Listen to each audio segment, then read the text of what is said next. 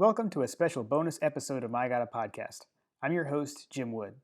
I asked my friend Megan, who's an Auburn fan, to join me for a segment in our Auburn preview show. I was hoping she could give us all an Auburn fan's perspective. Honestly, the conversation went so well that I couldn't cut it down to be a segment in the Auburn preview. I decided to just post the entire conversation as a solo episode. So let's get right to it. I hope you enjoy my conversation with Megan. I think the first thing is like when we were texting about it, that you had pretty much the same reaction of me in that it's so weird that we're playing this time of year. No, I definitely feel the same way. And actually, I ended up looking it up because I'm just a nerd like that. And this is the first time since 1936 that we're not playing in the month of November. And even in the years that we've played outside of November, it's always been later dates in October, never the first weekend in October. And then I believe there was one game like way back that was played in February, but we're not even going to count that. Right. So the fact that this is not, the week before the Alabama game or even like almost leading into Thanksgiving time feels almost like anticlimactic a little bit, like Yeah. I don't know. This No. just doesn't feel right.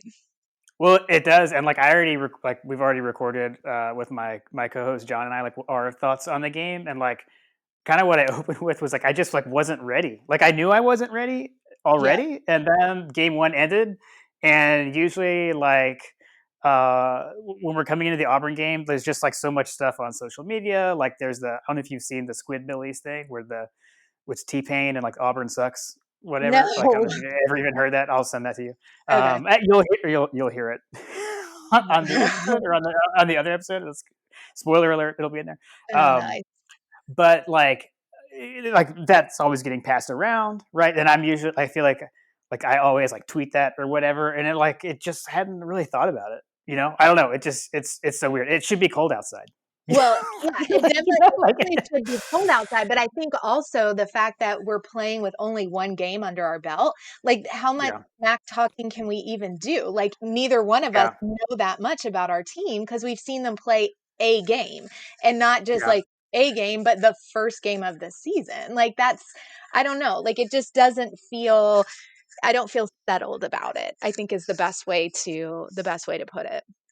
So I would like to get your perspective on my kind of a historical Auburn dig, but I'd like to hear your take on it to see if this is like a Georgia fan thing that I'm making up, or if Auburn fans even feel that. Like, and that was my thought of like back when like I was in school, Yeah. which was where I mean we were in school like pretty much the same time, like or we were in school at the same time. But it's Well, no, like you were back, like the 1960s, I think. I was yeah, like closer to the early 2000s. uh-huh. But You're like okay. what one like 1 year later than me. Right. um, But like back then, it was like Auburn. If Auburn was going to slip up, it was going to be early, Right. And then like by the time Georgia and Auburn rolled around, I would feel like, oh, why didn't we get to play Auburn earlier? Because now, by that point, whatever running back is on the team has gotten going, right? Yeah. Like a Rudy Johnson or something kind of deal, like back then. And then like the defense has figured everything out.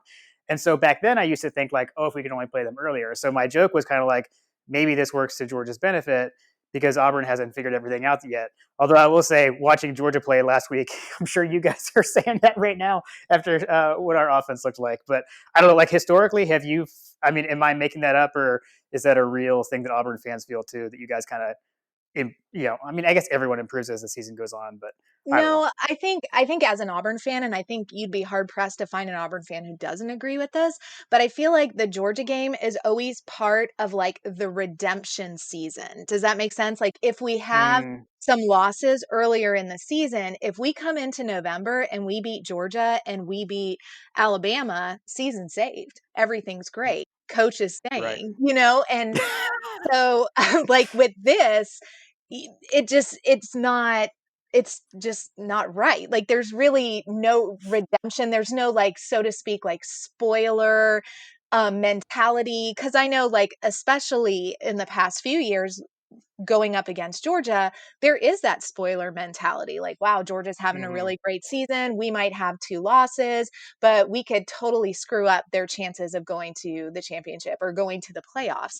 And now it's like, well, here we are, game 2. I don't know. I don't know. It just Yeah. doesn't feel like, I don't know. Just as an Auburn fan, I feel like there's always that opportunity for redemption on seasons where things may not be going 100% the way we want to see it. And that's just Mhm. not going to be the case this year. And don't get me wrong, Yeah. I'd rather play this game on Saturday than not play it at all. But just from a historic perspective, it just doesn't seem right. Well, and the funny thing about that too, right? Like we mentioned, like not playing at all, is like we kind of would have had this anyway, even without the pandemic. Like it's already been moved, and I like, I've been thinking like, where can I find what the schedule was like online? Oh, 'Cause yeah. I'm not even really sure where to find it. But like, it wasn't going to be the last game anyway, right? Because we've already like they had already kind of flip flopped. Like for us, it was like high level. Auburn kind of flipped with Tennessee in the Yeah. original schedule, so we were gonna play Tennessee much late, and then I think you guys were supposed to get like LSU, kind of where you usually would play Georgia or something like Okay. that. Well, so I was already upset about that in the first place, and then I feel like now it's kind of like piling on, like Right. with everything else going on. It's just weird. I don't know. I wish it would. I wish it would go back.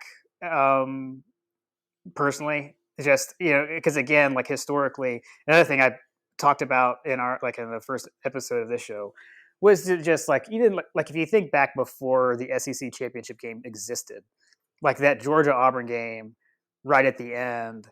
I mean, you guys always have Alabama out after that, but for us, a lot of the for years that was like our last conference game, and Right. then we'd play Georgia Tech, non-conference the last game. So like the SEC was riding on that game. Like you had to win that game if you're going to win the SEC, to win the SEC championship. But I hate that it's not like that Right. anymore, And I just feel like sentimentally. too, because Georgia's not playing Georgia Tech this year, what is y'all's last game? I don't even know what it is.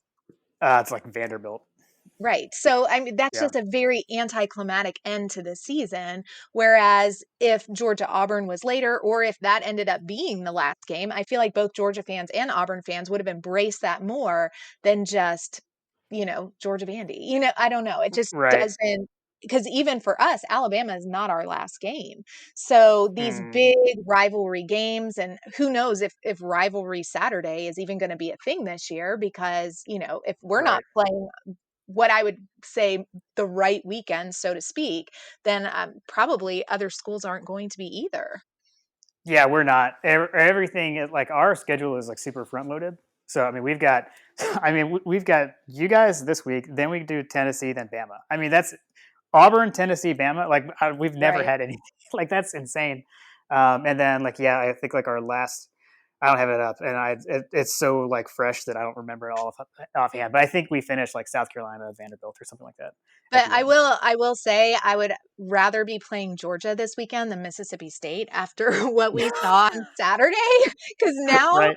before I was like, yeah, okay, Miss State. That's actually the game that we went to as a family last year. And now I'm like, dear God, that Well, that one has me a bit nervous. yes, that was so we get them too, and they were one of our two like add-on games, with the two additional conference games. Sure. So when the schedule came out, it was like, ooh, sweet, like Arkansas and Mississippi State, like our, not too bad, and the Mississippi State one definitely looks a lot harder now. Yes, and especially if they've had more time throughout the season to kind of, like you said about Auburn, to kind of fine tune things, that could end Right, up being a, a bit of an upset alert, if you will. got it, cool. All right, so I guess maybe like for the Georgia fan who doesn't know everything about Auburn, like we haven't had our season to learn. Who are some guys to watch out for on Saturday from the Auburn side? Well, I feel like looking at the game last weekend against Kentucky, I feel like Bo Nix definitely had a rusty start those first 3 quarters. Mm, But he did end up three touchdowns and 233 passing yards. I think by the end of the fourth quarter, things obviously like found the rhythm. Everything looks good. I'm a bit nervous about our defensive line. They got the job done. However, I was seeing way too many runs up the middle, which drives me freaking insane. So that was a bit of a rough start. But I felt when I was looking back at that game and those stats, and then looking at what Georgia did last weekend, I feel like Kentucky was probably more of a decent opponent than Arkansas was, because both Yeah. teams struggled early on. But Kentucky, I mean, historically, Kentucky is kind of like, haha, we're playing Kentucky. But I They mean, are they are a little better. They're a little better now than they yeah, used to be. At w- least. I Yeah. looked it up, and last season they were 8-5 overall and had 3 SEC wins, whereas Yeah. Arkansas was 2-10 overall and had 0 conference They, wins. yeah, they haven't won the Arkansas hasn't won the SEC in like 2 years or something like Yeah. that. Yeah. So I feel like, as far as, looking at both of those games, like UGA's embarrassing start was maybe a little bit more embarrassing than Auburn's start. Um, That's yeah. I would agree with that. We were um, all freaking out. So right. And I like, by same thing that Auburn did by the second half. I mean, by the third quarter, you guys had turned it around. But I don't think you can wait that long against Auburn to kind of show up, to the game. Um, oh I yeah, I did like Williams. I feel like the Williams Knicks combo is going to be really good, and that's going to be something that Georgia's going to need to look out for. yep, But I mean, overall, I think Bo Nix has been, kind of like the face of the Auburn situation, so to speak, last season and now again this season. But I feel like, now he's a sophomore, he has some SEC experience under his belt. So, and especially like those first 3 quarters last week, now hopefully we have a rhythm, we know what we're doing, and we'll come out at the beginning, I'm hoping, a lot stronger against Georgia. yeah. Must be nice to have a returning starting quarterback. We don't. I know. And Although, speaking of that, Jim, like, what I saw that JT Daniels was cleared to play, but is he starting on Saturday? oh, I mean, so no, 0% chance Kirby Smart announces anything. Like we're gonna have to wait until the Georgia offense gets the ball to know who's starting. Wow. The interesting thing too is the way he worded it in his press conference. So Kirby Smart said that JT Daniels will be cleared for the game on Saturday. He did not say has been cleared. So that was Interesting. curious to me. Um, so yeah. Not to spoil it, I'll tell you, but I'm gonna have to cut this out for when, Okay. depending on the order of how I post this stuff. Because one of the predictions that we went through on our show was who will the starting quarterback be, and so I actually went with JT Daniels. Okay. My co-host John, he went with Stetson Bennett. So neither of us picked Mathis. Although I'll say I was listening to the Audible on the Athletic today, and they had the Georgia beat writer on, and he was saying that he actually heard that on Monday, Dwan Mathis got the most reps with the first team, which I was really surprised by. Huh. But then he also said that like a lot of times Monday is like a cleanup day, and you're cleaning up the mistakes from the last game, and that Okay. so maybe it was that, and then it sounded like it was more 50-50. Um, it was more 50-50 actually though, but between Bennett and Mathis, not Daniels, which I also still surprised me. I was kind of working under the assumption that like they had picked Daniels, and the reason he wasn't like that, he hadn't been going with the ones because he knew he wasn't going to be cleared, and Right. so that's why they were doing Mathis that time. And apparently, like Bennett got like hardly any times with the ones, which is another impressive thing of how well he played. I mean, Yeah. former walk on guy. We also did an over under on how many Georgia quarterbacks will play in the game, and I said it at 1.5, and we both took the over. So I think my expectation is that Mathis comes in Okay. and as like a change of pace thing. That's what Gotcha. I have no though like information. That's kind of like that's what I think will Okay. happen. And so I actually picked like the Daniels would start and they'll bring Matheson as a change of pace. Although I recorded that on Monday, now here on Wednesday, I'm kind of leaning towards Bennett starts and Mathis comes off the bench based on the latest information I've heard. Because I know, like, when I saw that either he has been cleared or he will be cleared, my first thought was that he doesn't have SEC experience. But then you think about this season, does that really matter? Like, Yeah, is, obviously you guys are at home, but having like the home crowd, well, there's only 23,000 fans there. Like, that's not the same, Sanford Stadium exactly. 90K Like experience. is there even a home field advantage anywhere this year? Is kind of Right. my question, right? Well, Yeah. and then you kind of look at the Miss State LSU game this past weekend, and some people were like, I know Mike Leach said in his press conference that it was very loud and that it wasn't like he could just, call plays from the sideline. But I mean, anybody who's watched SEC football or been a part of SEC football for any amount of time knows that going into Baton Rouge in a night game climate, it's just a different situation altogether. And so I don't I don't know if not having any SEC experience, I mean, that might be to your advantage this week, that, he's coming in and not having to play in a normal SEC type environment. Right. Yeah, totally. Totally. That's interesting. I hadn't even really thought of it that way. Yeah, we're all gonna be like on the edge of our seat, like wondering who Right. who Oh, I'm comes out. sure. Just like last week, right? I mean, like last week it was kind of like, and like my co-host John kind of joked it was like the worst reveal ever because like there was a punt and then there was a penalty on the punt, and so like the camera had already like gone to the huddle, and so we saw Mathis, and then like but there was a penalty, and so then just kind of wait a little bit, and then oh no, yeah, it is him, kind of deal. So it was kind of funny. It was a bit of a hiccup there, but then like we had that last week, and now we've got it again this week. And like I feel like last week there was like it hadn't been announced, but we all knew it was Mathis. Right. This week we have no clue. Yeah, no Like one knows. this is gonna be this is a bigger, I guess, secret than even last week. So, Right. which I think definitely plays to Auburn's advantage there. I would think, but I don't know. We'll see. Yeah, but I mean, Auburn only has film on, two quarterbacks in one game. So, I you like know, that silver lining you're giving me here. I know I mean, but how much preparation really could they have regardless of which quarterback it's going to end up being? Well, that's true. That's true. We only have one pandemic uh, game of film play game game of film. Yes.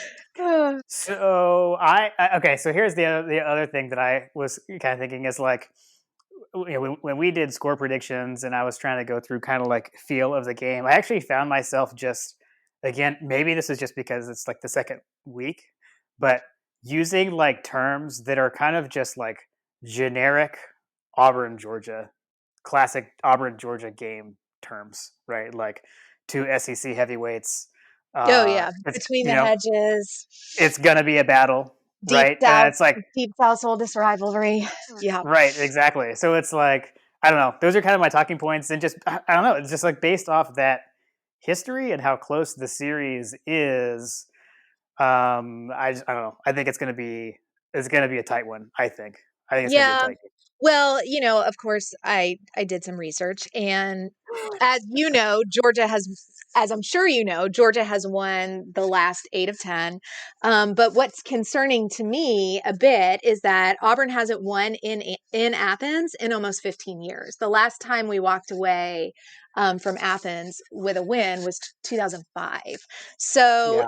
in some ways, obviously that's not great, but I do kind of like that for that underdog mentality, because I feel like Auburn kind of plays into that a lot of times, like, oh, we're coming in as the underdog, we haven't won in this amount of time. And then I think also the fact, like we've already said, like, is this really going to be a home game type environment, or is this almost more like playing at a neutral field?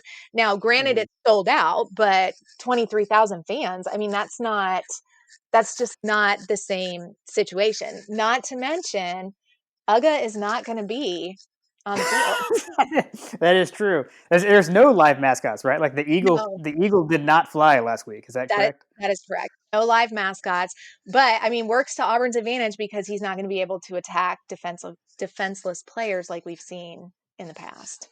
Well, defensive players that eventually get arrested for drug trafficking, but we won't mention that there.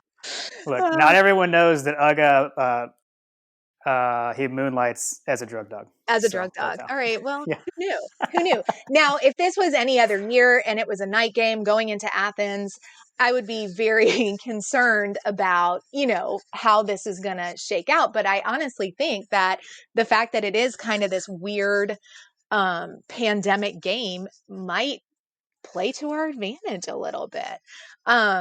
It could. I keep saying just like things are gonna get weird, and I mean we saw it last week already. I mean Mississippi State beating LSU, Right. Georgia Auburn or Georgia Arkansas being 7-5 at one point.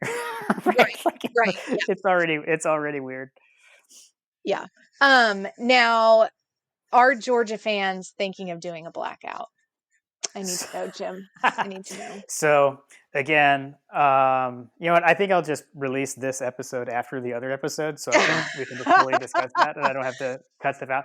So we also had in our predictions what color jerseys will Georgia wear. I have no Um, doubt that the uniforms was part of the preview yeah. show on a Yes. Georgia Yes. podcast. Yes. Yes. Well, I mean, not all do that. I happen to love the uniform talk. I'll say there's another one of my favorite Georgia podcast, Waiting Since Last Saturday. They actually didn't talk about that, which I was shocked because their host Scott Duvall is a lover of uniform talk, and they didn't talk about that at all. But I feel like it's because again, it's early. Black jerseys against Auburn. We just all think of that 2007 November game, right? And Right. I don't know. And so like thinking about it here, the other thing is too with the way we played last week in alternate uniforms. I just feel like 0% chance Kirby is up for another Not- alternate uniform game okay. All after right. that, right? That's my thing. And the other thing, my statement I made is that Kirby Smart is a card carrying member of the Georgia Uniform Police. So Nice. yeah, Yeah. he's not. I don't think he's a much of a fan of the alternate uniform. So yeah, so I say 0% chance Georgia's wearing those Okay. black jerseys. All right. All right. Because I did look. You do have in the modern era a 3-1 blackout record, with Auburn We being do. one of those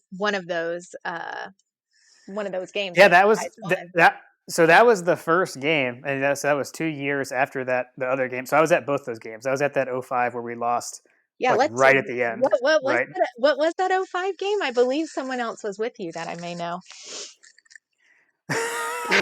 Let's see. No. He was with me at the. In the car, on the way there and the way back. Yeah. Yeah, but that's 08 Bama game is what that the 08 the one loss. Yeah, That's yeah. Yes. Megan's husband was with me in the as 2008 a Bama fan. as a Bama fan. We didn't sit together, but we did ride there and back. Yeah, that game is like the reason why Georgia fans are afraid of wearing black now, right? Yeah, And that's the only time we've lost wearing right, those things, which is right. it's comical to me. But like that freaks so many people out that like they can't be worn again. So Yeah, um, okay, so would you be willing to make a prediction on the game, including yeah. a score? Including a score. Okay, so I think. Oh man. All right. So, with UGA having a quarterback dilemma, Nick's coming in with experience with big SEC games. Vegas right now or last time I checked, they had Georgia by a touchdown. I Okay, think so it's come down a little bit. I think it opened at like 8. it I'm opened at 8. surprised. I'm surprised it's still at 7. That I thought it would come down a lot. It's interesting. I feel like we're going to have a decent scoring game, but it's not going to get out of control. I'd be Yep. willing to say maybe like 17-14 Auburn. Okay. Okay. Yeah. Um, I'll lay it out. I went 21. I forget what I had for my Auburn score. I think I had 21-17 Okay. Georgia. So we're right there in that same Yeah. ballpark. Yeah. John had 21-10 Georgia. But yeah, I think like and there like I just tend to think of like could this team blow out the other team and like vice versa, and then will it be close? But just close game for me, just with everything going on, seems right for this one. Not to Yeah. mention the fact that it's generally a close game anyway. Right. Yeah. And then like Usually. add everything else in, I just Yeah. feel like that makes sense. So Yeah. No, and I think honestly, if it were later in the season, you guys had an established quarterback, we could look at both teams objectively based on statistics, we could make maybe a better prediction of what it's going to be. But I mean, we don't have that. And I think based on just this circumstantial type stuff, I think it's fair to say that it's not going to be a low scoring game, but I feel like it is going to be a close game. right, it's not going to be like the like 9-6. No, no, no, no. Not quite like that. Like there'll be touchdowns. There'll be Yeah, touchdowns. I don't see either team keeping the other out of the end zone. That no, would I shock. agree. That would shock me. Right. Yeah. All right. Cool. Well, we'll have the Deep South's oldest rivalry. Way too early. We both agree on that, at least. Yeah. Yeah, that is God bless. Yes. But we're both. I do think that we're both assuming that we are both in for a stressful day on Oh my Saturday night. gosh. Yes. I'm already like just thinking about it. And the other part about it that really kind of stinks is so usually, okay, we play Georgia around the second weekend in November, but then we play Bama right after that, and then it's Thanksgiving. And usually by Bama, people have kind of forgotten. Now, of course, I'm an Auburn girl living in a Georgia world, so people love to bring that up all the time. But I feel like now, because this is not the end of the season, I'm going to be hearing my students' mouths about this game for Mm, months, and it's going, oh, I I had not thought need about that. yeah, oh yeah. Yeah, because You they usually got like the Christmas break oh coming yeah. up buffer there, right? If in years that you lose Right, well, to and it would be go the end behind of the really the end of the season. So it's like, "Oh yeah, we lost, stinks, I guess we're going to the fill in the blank bowl." But now it's gonna be like, "Oh, you guys lost, and just think if you woulda won, this coulda happened," and blah, like it's just gonna be a long, right? long, long, long season of this, I Well, feel. I'd be lying if I said that I didn't hope that happened. So I just Well, don't even comment on yeah. it. Well, and if it goes my way, Jim, I'll just be sure to like all of your Twitter posts There we go. when you are commiserating with your Georgia fan base. Hey, as long as if you also would be so kind as to like the My God a podcast post, then that would, Yeah. Yes. I'd appreciate that. Absolutely. Absolutely. Absolutely. Awesome. All right. Well, thank you so much for coming Yeah. on. It's No, this great was to fun. hear an Auburn perspective. I think that'll be good for our listeners to hear. So I really appreciate it. Yeah. Absolutely. Thanks, Jim, for the opportunity. I appreciate it. Absolutely. Thank you.